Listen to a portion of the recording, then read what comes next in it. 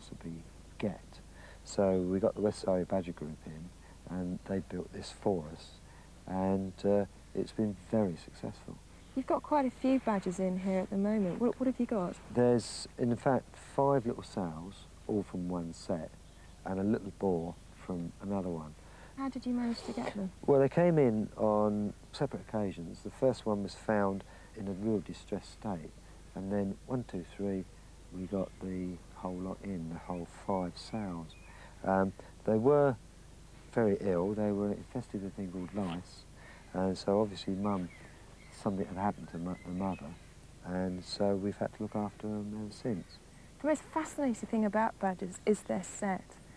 I mean, it's so complex, isn't it? Yes. What would a typical badger set be? A typical badger set certainly would have a sort of nursery area where the sow would have her young. You'd have sort of bedding chambers. Isn't it? Yeah, and it'd just literally be a dead end, and it's quite clever because you've got no drafts then, and it can be quite some size too to house a little group like this, a little brood as many as this. It's incredible though, because it's the nearest thing, I guess, that any animal has to our sort of house.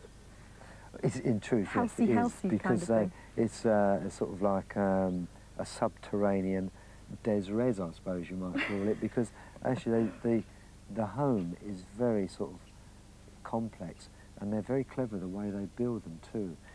We have a problem here with drainage. I've never seen a badger set yet, when they've done it themselves, to have drainage problems. They always seem to sort of pick it just in the right place, so that any water that is around drains away from the set. In here, we have in fact tried to create as a natural set as possible, but what we're hoping to do is extend the site here, and we'll give them the opportunity of actually building their own home. They can actually have a go at doing it there. So, oh, thank you. Right. They're actually quite good at hoarding things, aren't they? They might take that down into the... yeah, you should get hold of it. Oh, yeah, there he goes. I'll keep that for... She'll most probably take that into the lounge, because we've got a TV room as well.